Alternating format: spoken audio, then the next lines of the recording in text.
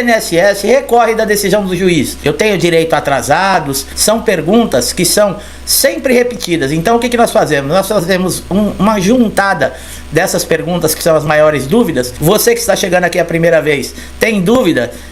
Por acaso você já fez alguma vez alguma dessas perguntas? Já teve dúvidas com relação a isso que nós acabamos de falar? E a partir do momento que você conhece os seus direitos, você sabe como exigi-los e que caminho você deve tomar. O pessoal de auxílio-doença é que sempre tem mais dúvidas. Por quê?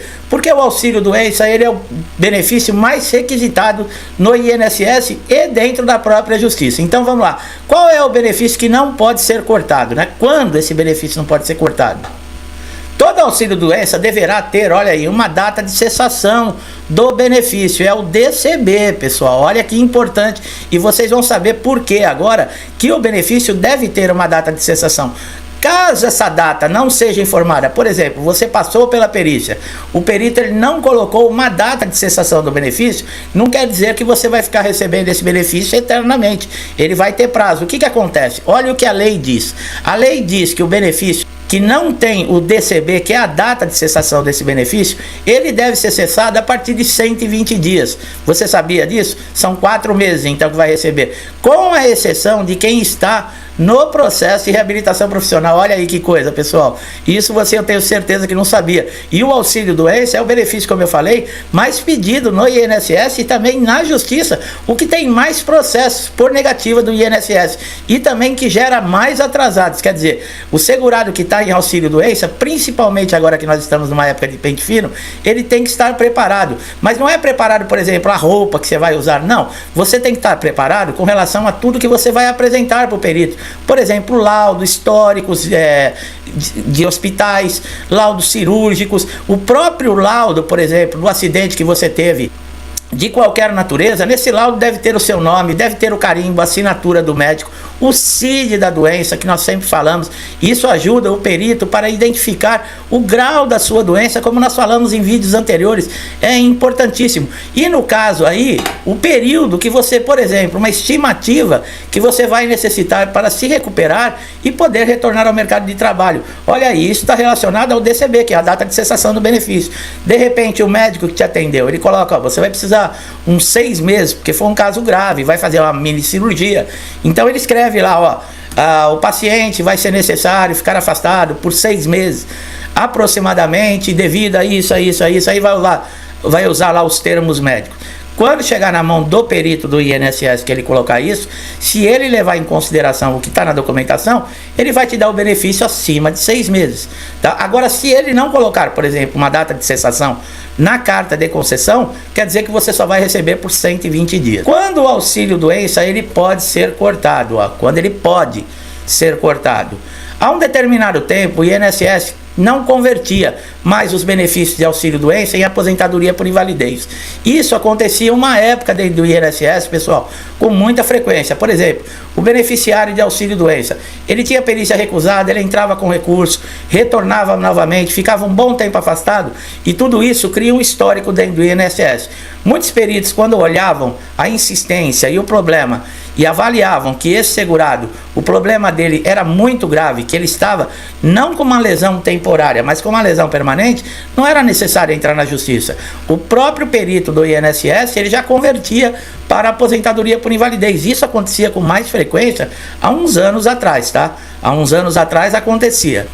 Hoje, por exemplo, para o segurado conseguir essa conversão, ele precisa entrar na Justiça Federal. Levar toda a documentação também é muito importante, como nós falamos.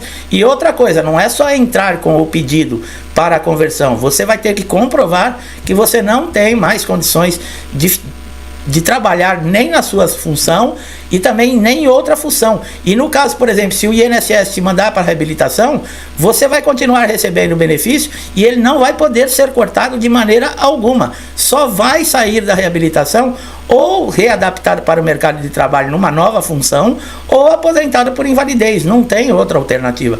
Nós temos vídeo aqui para você que está chegando aqui a primeira vez. Nós temos diversos vídeos que a gente fala sobre o assunto.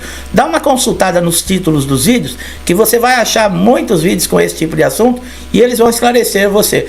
Quais são os beneficiários, né? Os segurados, por exemplo, que não podem perder o benefício nem serem chamados para pente fino ou para revisão. Aqueles que têm mais de 60 anos aposentados por invalidez. Pessoal, esse impedimento que nós estamos falando aqui, por exemplo, que não pode ser chamado para pente fino e revisões, é no caso do aposentado por invalidez. Não confunda, o auxílio-doença pode sim ser chamado para revisões, tá? Isso é para aposentados por invalidez, no caso que tem mais de 60 anos. Aqueles que têm 55 anos completos e recebem o benefício há mais de 15 anos. Não adianta, como eu falei, se faltar uma semana para você fazer 55 anos ou uma semana para completar os 15 anos de recebimento do benefício, você pode ser chamado. Aqui nós estamos falando de 55 anos completos e de 15 anos completos recebendo benefício. E os portadores do HIV. E também, como eu acabei de falar, quem está na reabilitação profissional, tá? Esses também estão fora de serem chamados para o pente fino. Se caso você, por exemplo, está aguardando a chamada para a reabilitação profissional e você receber uma carta de convocação para o pente fino, nós também já falamos em vídeo. Marque a perícia no INSS, independente de você ter sido encaminhado para a reabilitação profissional, porque você tem um prazo de 30 dias para fazer isso. Se você não fizer, o INSS vai cessar de vez o seu pedido de benefício, vai cancelar a sua perícia, o seu pagamento e inclusive a participação sua no programa de reabilitação. Eu já ouvi gente falando, não, se você fizer isso, você sai do programa. É ao contrário. Se você não fizer, você é desligado completamente no caso dessa solicitação de benefício e do programa de reabilitação. Então, marque a perícia. Nós estamos aguardando também ansiosamente uma decisão do Superior Tribunal de Justiça com relação a benefícios concedidos judicialmente, se eles podem, por exemplo, ser cancelados pelo perito do INSS. Demora tanto tempo para você conseguir o benefício judicial, às vezes você tem meses desfrutando do benefício, é convocado para um pente fino e o perito, numa canetada, ele cancela todo aquele trabalho, todos os anos que você aguardou, por exemplo, na Justiça, para ter o retorno e o seu direito considerado e reconhecido. Então, o que acontece? O Superior Tribunal de Justiça, ele já tem votos favoráveis aos segurados. No caso, o benefício é judicial, aí tanto faz, aposentadoria por invalidez, auxílio-doença, pensão, foi concedido judicialmente, o que acontece? Para o INSS suspender ou bloquear ou cessar esse benefício, ele também vai ter que recorrer às vias judiciais e comprovar que esse segurado, ele não tem mais necessidade de ficar recebendo o benefício. Quer dizer, ele vai passar por toda a dor de cabeça, por todo o tempo, aguardar, cumprir exigências dentro da justiça para poder também cessar esse benefício. Nada mais justo. O segurado, para conseguir o benefício judicial, além de ele reunir provas, todo tipo de exigências para conseguir mostrar que tem direito no processo, o INSS vai ter que fazer a mesma coisa para mostrar o contrário. Nada mais justo. Nós estamos aguardando ansiosos, porque está parado esse processo.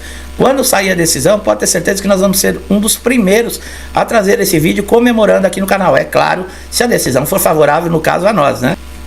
Nós sempre falamos que o juiz, ele leva muito em consideração o que o perito judicial coloca no laudo, porque é uma constatação ali da incapacidade ou não. O juiz leva muito em consideração. Só que tem juiz que ele desconsidera o laudo. E ele pode fazer isso de acordo com o artigo 436 do Código de Processo Civil. Ele não fica, por exemplo, a decisão do juiz vinculada a um laudo pericial. Ele pode formar uma própria convicção, por exemplo, da realidade e do caso que o segurado está passando, em cima de fatos comprovados no processo. Quais são esses fatos comprovados no processo? Que nós falamos que é sempre uma das maiores informações e dicas que nós damos aqui. A documentação, pessoal, como nós falamos agora há pouco, o laudo completo, identificando com CID, com seu nome, com carimbo do médico, com histórico cirúrgico que você passou, receituários, tudo, tratamentos que você fez. Esses elementos para o juiz, o laudo pericial para ele vai anexar junto, vai reforçar mais ainda, mas ele pode desconsiderar o laudo, como nós acabamos de falar aqui no artigo 436 do Código de Processo Civil. E ele fala, não, eu já tenho elementos suficientes para reconhecer o direito desse segurado ou não. Bom, e depois, vamos lá, vai, correndo normal, o perito fez e enviou o laudo lá para o juiz. O que acontece? O juiz vai receber esse laudo em mais ou menos uns 15 dias depois que os assistentes entregarem esse parecer para os advogados se manifestando através do laudo. Lá, esse seu advogado, se você tiver um advogado constituído, ele já vai saber o resultado, se foi favorável ou não a você segurado. Esse prazo nós estamos lembrando que é 15 dias e ele corre paralelo. Por exemplo, é o tempo para o advogado e para os assistentes. Então a média é de 15 dias. Se caso você tem um advogado constituído e em uma semana não teve o resultado, calma. Às vezes demora 15 dias, pode demorar uns dias a mais, tá? Não é falha do advogado. Sabe como é que é? A justiça está entupida de processo.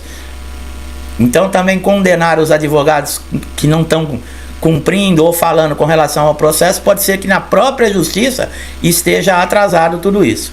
Quando a justiça manda o INSS implantar o benefício, quanto tempo o INSS tem? Bom, pessoal, nós já falamos que de acordo com o decreto número 3048 de 1999, o INSS tem 45 dias depois da decisão para implantação do benefício e iniciar o pagamento. Então, fica respondido para muita gente que coloca aqui nos comentários, 45 dias.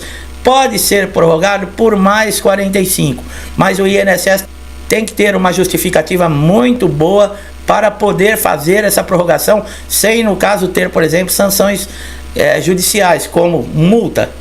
Se houver uma reclamação do segurado e o INSS não conseguir comprovar que ele teve dificuldades para a implantação desse benefício, o juiz pode aplicar uma multa diária e é o segurado que vai receber. Outra dúvida que nós falamos, né? Aqui nós falamos a da expedida certificada intimação eletrônica de requisições para implantar o benefício. Bom, o que significa isso? Vamos lá, deve ser uma das perguntas que mais estão aguardando aqui para ver a resposta. Significa expedir, remeter algo para alguém ou para algum lugar. Por exemplo, a expedição de RPVs, que são as requisições de pequenos valores, que são geradas quando o INSS recusa, você faz um requerimento, recusa, você pede prorrogação, recusa e levou você à justiça. Quando sai a decisão judicial que esse processo for para cálculos, não vai ser da data que você entrou com o processo na justiça, vai ser da data desde lá do primeiro pedido de benefício que você fez. Então, durante esse período gera atrasados demais. Então, quando emite, né, esse certificado de intimação eletrônica na requisição de cumprimento para implantar, é sobre isso que está falando, tá? É nessa hora que começa a ser feito também a liberação das dívidas públicas, tá? Quando a sentença é julgada, transitada e colocada em execução, pessoal, tá? Aí as RPVs são emitidas. Bom, agora vem uma cruel aqui. Quando o INSS recorre da decisão judicial, o que acontece? Quando sai a sentença favorável para o segurado, o INSS recorre para não pagar atrasados, que fique bem frisado isso. Nós já falamos, às vezes é por maldade. O INSS sabe que perdeu, o INSS sabe que não tem como contestar ou reverter a decisão judicial, mas de marra, parece de picuinha, muitas vezes ele entra com recurso. E o que acontece? Ele se utiliza, por exemplo, da instância recursal, que leva mais de 3 anos até que confirme a decisão em primeiro grau. Olha aí, existe aí um recurso de instância recursal que pode levar 3 anos. Mesmo o juiz dando a decisão favorável a você, o INSS recorre, aí o advogado vê lá, pô, a decisão foi favorável a nós, beleza. Poucos dias depois chega lá, o INSS recorreu. Bom, mas quanto tempo? 3 anos aguardando. Infelizmente isso acontece, por isso que tem muito segurado que coloca aqui no canal: o juiz deu a sentença favorável a mim e já se passou 1 ano e eu não recebi. Pergunta para o seu advogado, é o recurso que o INSS entrou, por isso também não foi emitido nem ordem de RPVs, no caso, né, as requisições de pequeno valor, para te pagar os atrasados, devido a esse recurso do INSS. Então eu espero que tenha esclarecido muito você, meu amigo, minha amiga, que chegaram também aqui pela primeira vez, que esse conhecimento fique guardado. Se você não entendeu alguma coisa, volte o vídeo, assista com calma, quantas vezes precisar. É muito importante você saber dessas informações que nós acabamos de transmitir aqui. Como eu falei, gostou do nosso trabalho?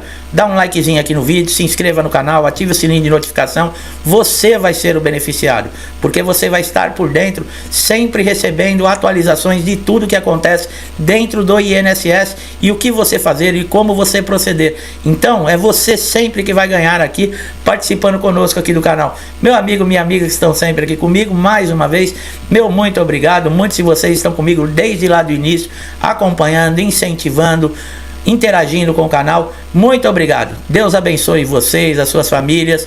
Final de semana já passou o sábado, começamos o domingo. Tomara a Deus que seja um dia de paz, de harmonia, e que o restante da semana nós podemos levar com muita coragem, com muita força, superando tudo que aparecer na nossa frente. Um forte abraço a todos e até os próximos vídeos.